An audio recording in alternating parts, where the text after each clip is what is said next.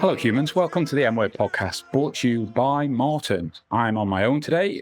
Matty's taking out a well-earned break, as in co-host Matty. But today I'm joined by the other Matty, Matty Rennie. Thank you for your time, Matty. Yeah, nice one for having me. Pleasure.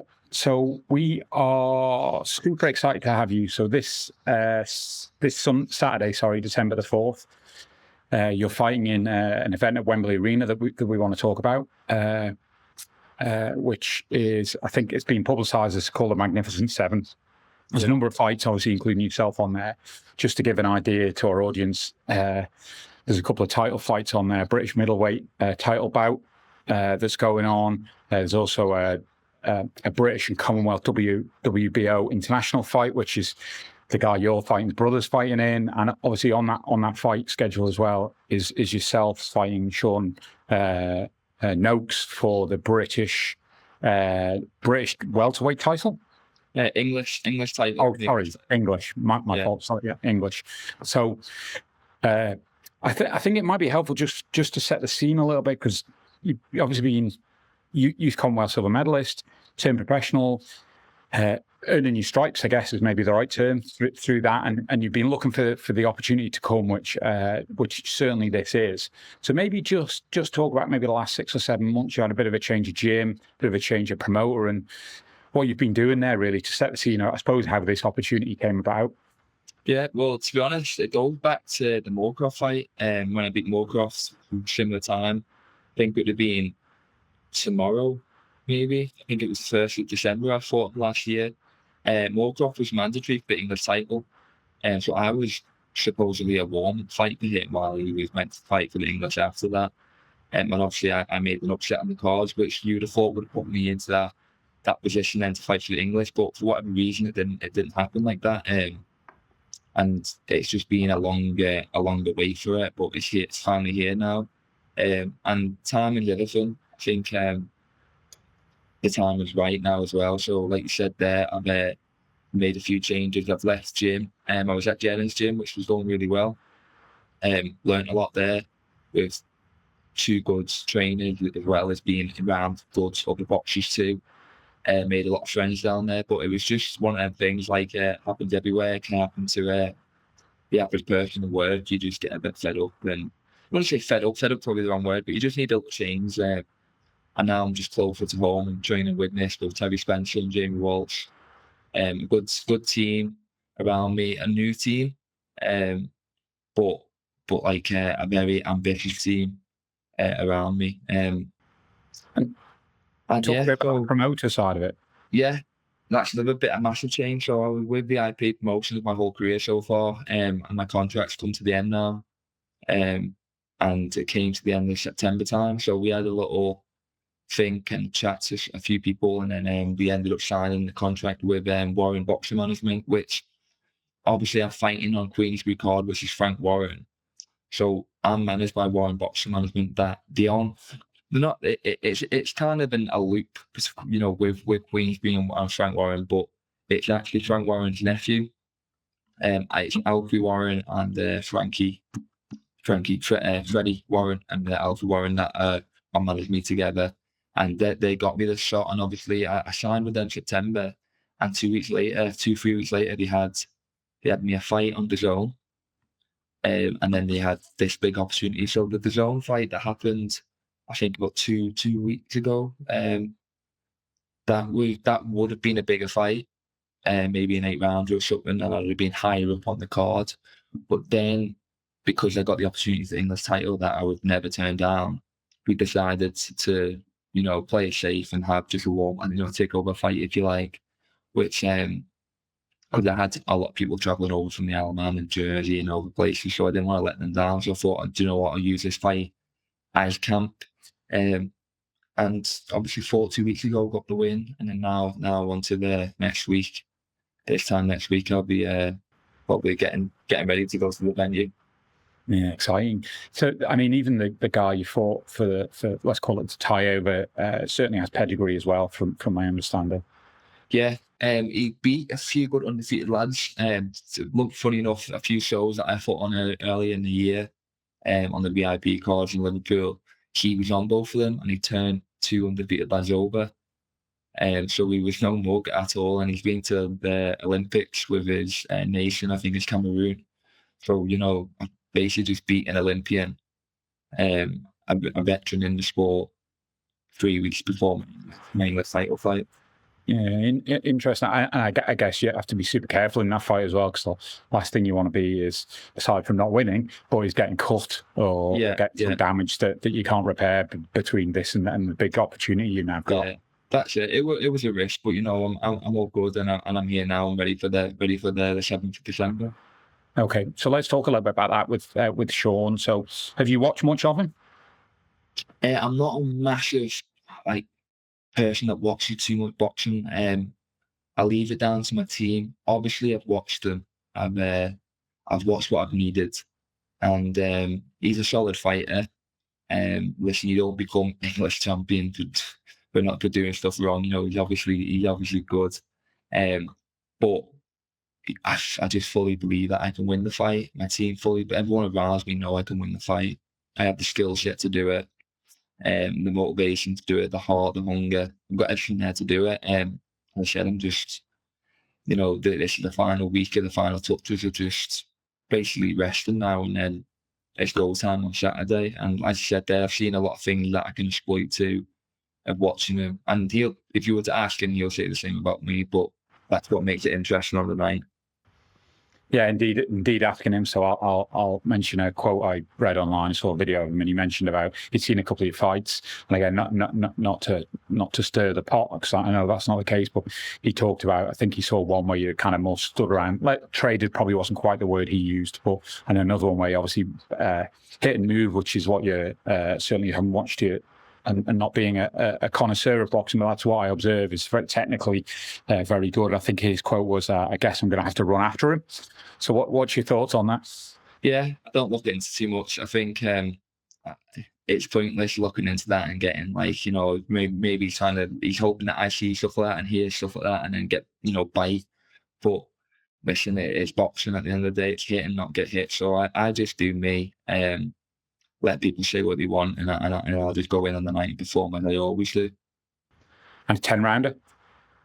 Yeah, first 10-rounder, and more than ready to do it. I've done 8 rounds before, and when I felt comfortable, and I've had a lot of people say to me who are experienced in pro boxing, and I spoke to a few different people, and they always say the same thing: if you know what you're doing, you'll always be probably tied in the last round. So if you know you're doing an 8-rounder, you'll be tied in the 8th round. If you know you're doing a 10-rounder, you'll be tied in the 10th. And just having that brain, basically the IQ to just pace yourself as well. Listen, there's going to be times in this fight where it's going to get tough, and you're going to have to dig deep, but nothing comes easy. Yeah, I know, absolutely. So you mentioned about signing in September, and I suppose I guess in relative terms, it's a fairly short notice period running to the fight. You've obviously had a kind of, I wouldn't even quite call it a warm-up fight on the basis of the caliber, but a fight within that. But that short notice period, I know you keep fit in general in regard to gym and just general fitness, but is that short notice period posed any additional problems, weight management, anything like that for you? No, I was training in September. I was sparring in September with them. I got 2 lads, undefeated lads, a lad called Lucas, who was signed with Queensbury too. He was making his debut, so I was sparring him. Then I had the news about fighting on the zone, so I was basically in camp, and I was already sparring 8-rounders before we found out about the fight. And then obviously, I can't actually remember when I found out about the fight because it was all a bit of a blur, and I was too made up, and then obviously just really switched on from then. But I think I've had about 6 or 7 weeks off knowing about the fight. And previous to that, I was already training anyway. And then I've had a nutritionist on board called Charlie Mitten. It's my first camp with him, and he's helped massively. He's kept me fueled for my training. And I basically ate more than most I've ever had while cutting weight and still losing weight. So I'm a week out now, and I'm in the perfect position. Every stage that I've had to hit, I've hit, and I'm at the place I need to be right now. And I'm still eating a lot more than I used to, so I'm in a good place. I think we've spoke before, less cranky because you're getting food in you. Your partner and your family will appreciate it. So So talk about it's like you say, a week from recording here anyway. That you'll be getting ready, or mindset will be laser focused on the evening. Excited, nervous? What's going through your head right now? Right now, I'm just relaxed. Just like I'm in the house. It's just a normal day. Being out for the walking the dog, just doing normal stuff. It's not really till I'm in probably the changing rooms and getting ready. And yeah, of course you're gonna have everything. You're gonna have the nerves. You're gonna have the excitement. It's like it's all mixed into one. But I think it all works together as well. I think it benefits you than anything. You've just got to be able to control everything and not let one, go further than the others. For example, you don't want to get too nervous. You want to use them for your advantage, basically. But yeah, I'm not like I do. For example, when I'm in the changing room, I just focus on the warm up, and then the next stage is getting into the ring and fighting, and it all happens quick anyway. I've done it many times. This would be the big stage. Don't get me wrong, but on the Channel 5 card as well, it was a fairly big stage, and there was a bit of pressure on me, and the lights and cameras in front of you. So it's going to be a bigger step up again in the Wembley Arena, but one that I look forward to, and one that I think I'll cherish, and do you know what I mean? The one that I think I'll step up to the mark for. Yeah, interesting. So I suppose that consistent ramping of everything, isn't it? From pressure to arenas, etc. So I know you went down for a press conference, and again, I'm sure you've done them before, but I guess this is just bigger than anyone you've done previously before. Bigger environment, bigger things going on. Did you feel in place when you were down in London last week? Was Matty there going, yeah, I deserve to be here?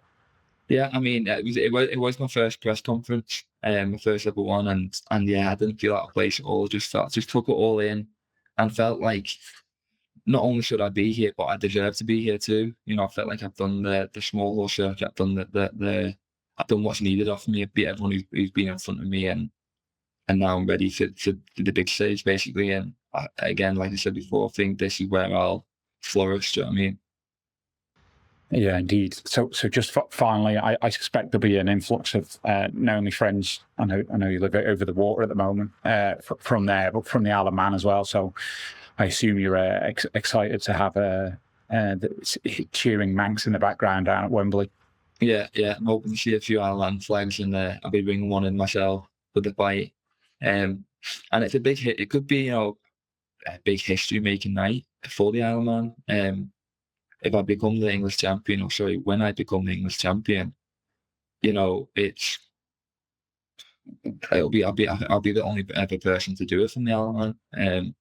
So I'm making history, and I'm also setting like a bar, a standard for other people to reach, whether it's in boxing or anything else. But it puts out there that other people can do it from the island. I think it's safe to say that a lot of people can get to a point in the island, whether it's sports or anything else, you can sort of reach a limit where you think, right, because I'm on a small island, I'm not going to get further, and you have to move off the island. But it can be a big thing, and quite scary to take that step. But obviously, if people are doing it, and you see people doing it and achieving their dreams, basically, then it helps and pushes other kids to go, do you know what, yeah, I can do it. I've also had a lot of backing as well from a few sponsors back in the Isle of Man. Not just the island, I've shown over in mainland England too, but I've had a lot on the island, and supporting me and helping me and funding me for the last couple of weeks in my camp, which is helping massively. Takes the stress off me and enables me to focus on the task at hand, basically, and not have to have any other distractions. Yeah, indeed. Yeah, that great Isle of Man community, isn't it? And isn't it helping out? And I suppose just to finish off, yeah, look, it'll definitely inspire the next generation as well. So, Matty, we're so excited for next Saturday. Best of luck with it, and we'll see you with that title and that Manx flag next to it. 100%. Nice one, Martin. Thank you. All right, pleasure. Thank you for joining us today, Matt. Cheers. It's word out from Martin.